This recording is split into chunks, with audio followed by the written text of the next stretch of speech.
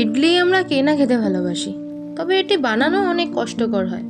তো খুব সহজ পদ্ধতিতে আমি ইডলি বানানো দেখাচ্ছি। প্রথমে আমি 100 গ্রাম টক দই নিয়েছি, সেটাকে ভালো করে ফেটিয়ে নেব। তারপর তাতে অল্প অল্প পরিমাণে জল দিয়ে দইটাকে আমরা একটু পাতলা করে নেব। তবে ভালো করে এটাকে মিক্স করে যেতে হবে। তারপরে আমরা অ্যাড করব রাবা বা সুজি। সুজির ইডলি অন্যান্য ইডলির তুলনায় খুবই উপকারী হয় এবং খেতেও খুবই সুন্দর হয়। তারপর সেই সুজিটাকে দিয়ে ভালো করে পেস্ট করে নেব। অল্প অল্প জল দেব, জল দিয়ে ব্যাটারটাকে ভালোভাবে মিক্স করে নেব।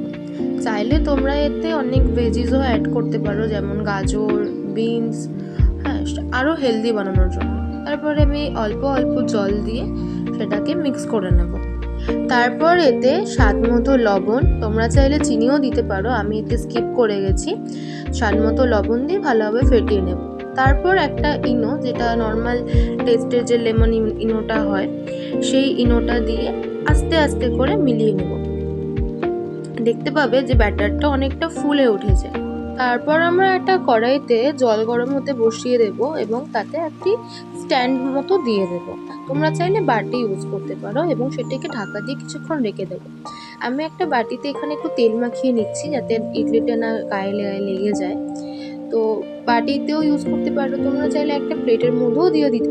আবার আমি অল্প অল্প করে ব্যাটারটি বাটিতে ঢেলে নেব। তোমরা চাইলে এখানে ইডলি মেকার ব্যবহার করতে পারো, আমার কাছে যেহেতু ইডলি মেকার নেই তাই আমি বাটিতেই করছি। তোমরা চাইলে এটা একটি প্লেটে বা থালাতেও করতে পারো, কোনো প্রবলেম হয় না। এবং তারপরে আমি একটা প্লেটের উপর রেখে সেটিকে স্ট্যান্ডের উপর বসিয়ে ঢাকা দিয়ে রেখে দিচ্ছি। এটিকে 20 মিনিটের মতো ভাপিয়ে রাখতে হবে। তারপর ইডলি আমাদের তৈরি।